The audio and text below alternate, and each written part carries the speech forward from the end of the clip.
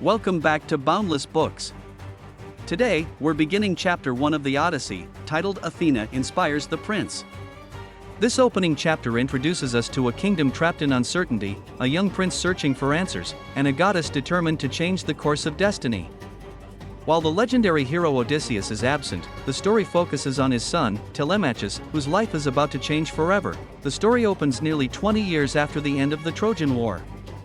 Although the Greeks celebrated victory long ago, one of their greatest heroes, Odysseus, has still not returned to his homeland of Ithaca. Many believe he has died somewhere during his long and dangerous voyage. Unknown to everyone in Ithaca, however, Odysseus remains alive, imprisoned on the distant island of the nymph Calypso. Back in Ithaca, life has fallen into disorder. Without a king to rule, the royal palace has become overrun by arrogant noblemen known as the suitors. Believing Odysseus to be dead, they compete fiercely to marry his faithful wife, Penelope, and seize the throne for themselves. Day after day they feast in the palace, consuming the kingdom's wealth, slaughtering livestock, drinking fine wine, and disrespecting every tradition of hospitality that the Greeks held sacred. Among this chaos lives Telemachus, the young son of Odysseus and Penelope. No longer a child but not yet fully accepted as a man. Telemachus watches helplessly as the suitors insult his family and waste his inheritance. Though deeply frustrated, he lacks the confidence and authority to challenge them directly. His greatest sorrow is that he has never truly known his father, who left for war when Telemachus was still an infant. Meanwhile, high above the mortal world, the gods gather on Mount Olympus. The king of the gods, Zeus, reflects on the fate of humanity, reminding the other gods that people often blame the gods for their own foolish decisions. During this council, the goddess Athena cannot stop thinking about her favorite mortal, Odysseus.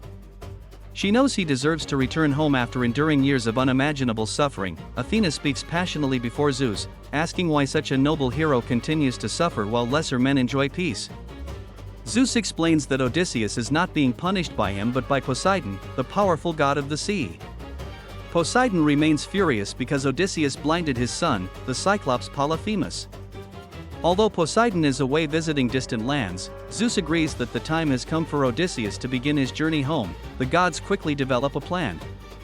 Hermes, the swift messenger god, will later travel to Calypso's island and command her to release Odysseus.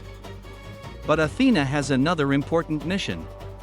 She realizes that Odysseus cannot simply return home to reclaim his kingdom unless someone first prepares Ithaca.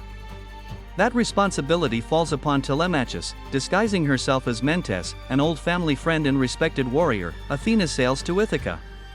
Her disguise allows her to speak freely with Telemachus without revealing her divine identity. Upon arriving at the palace, she immediately notices the shocking behavior of the suitors.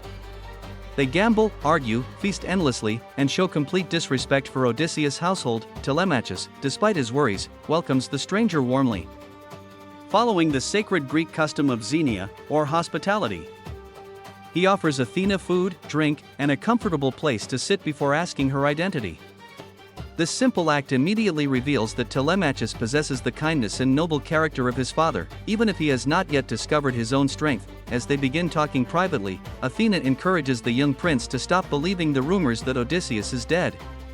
She hints that his father may still be alive somewhere across the sea. More importantly, she tells Telemachus that waiting passively will accomplish nothing. If he wishes to honor his father and protect his family, he must begin acting like the rightful prince of Ithaca. Athena advises him to summon an assembly of the people of Ithaca, the first public meeting held in many years, and openly challenge the suitors. She also encourages him to sail across Greece in search of news about Odysseus. By visiting heroes such as Nestor and Menelaus, Telemachus may finally discover what happened to his father. These words ignite something deep inside the young prince. For the first time, Telemachus begins to imagine himself not as a helpless boy trapped in his father's shadow, but as a future king capable of making difficult decisions. Athena's visit marks the beginning of his transformation from uncertainty into courage. If you enjoyed this chapter summary, don't forget to like, subscribe, and share this video with fellow mythology lovers. Your support helps Boundless Books continue bringing legendary stories to life, one chapter at a time. Thanks for watching, and we'll see you in the next chapter here on Boundless Books. Key moments in the chapter. The kingdom of Ithaca suffers without King Odysseus. The suitors waste the royal wealth while seeking Penelope's hand in marriage. The gods meet on Mount Olympus to discuss Odysseus' fate. Athena convinces Zeus that the hero deserves to return home. Athena disguises herself as Mentes and visits Telemachus. Telemachus demonstrates true Greek hospitality. Athena inspires Telemachus to search for his father and stand against the suitors. Differences between the book and movie: unlike many film adaptations, Homer's original poem begins with Telemachus, not Odysseus. The opening chapters emphasize the prince's personal growth before the audience follows Odysseus' adventures. Many movies shorten or completely skip these events to focus immediately on action and monsters.